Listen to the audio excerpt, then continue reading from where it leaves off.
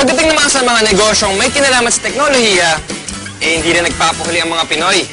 Tulad ng mga cellphone reloading station na talaga namang connect na connect sa kanilang mga suki.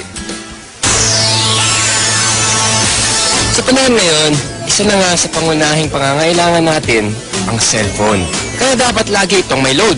At dito nakasilip ng pagkakataon ang iba nating mga kababayan para kumita. Ang V-Mobile, nakaisip ng paraan kung paanong sa pamamagitan lang ng isang telepono at isang SIM card, maaari nang makapagbenta ng load ng kahit anong network. Ang kaibahan nitong V-Mobile, gamit mo yung cellphone mo, makapagbebenta ka ng lahat ng klase ng prepaid, cards at saka electronic, para magkaroon ka ng negosyo.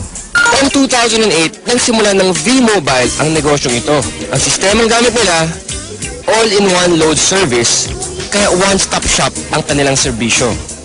Kailangan mo rito, at least meron kang cellphone, meron kang maliit na puhunan, hindi mo kailangan ng malaki, although pwede rin maging malaki ang puhunan mo. Yan ay depende sa kung plano mo sa negosyo.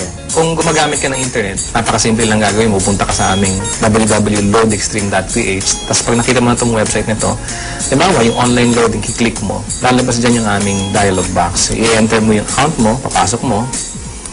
So, in this case, pipiliin ko na lang, papasok ko yung aking sekretong PIK. Tapos mamimili ako ng produkto. Tapos, lalagay ko yung cellphone number. Kiklik mo ngayon yung send load. Pag okay natin,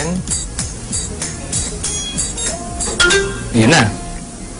Pero paano ka nga ba kikita sa negosyong ito?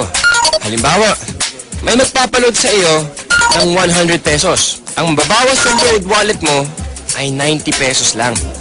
Ibig sabihin, may 10 piso kang kita sa bawat 100 na i-reload mo sa iyong customer. Kung kumikita ka ng 100 pesos kada araw sa pagre-reload, sa loob ng isang buwan, may kita kang 3,000 piso.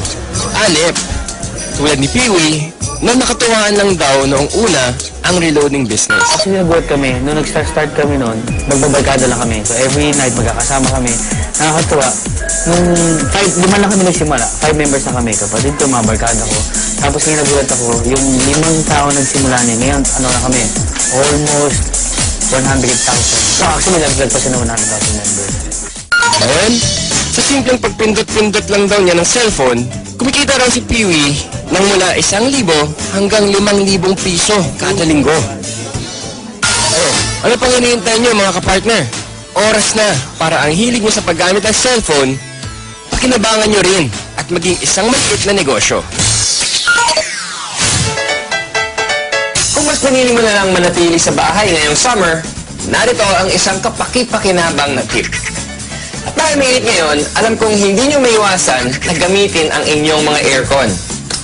Ito ang isang tip para makatipid kayo sa pagkonsumo ng kuryente. Ilagay sa timer mode ang aircon at iset sa 2 hanggang 3 oras lamang. Pagkatapos nito, buksan ang ventilador para mapanatili ang lamig ng kwarto. May enjoy mo na ang lamig, makakatipid ka pa. O di ba? Pwede naman eh. Kaya mga kapartner, tandaan, dapat maging wais all the time. Ano bang masasabi natin? Wala akong masabi talaga. Iba ang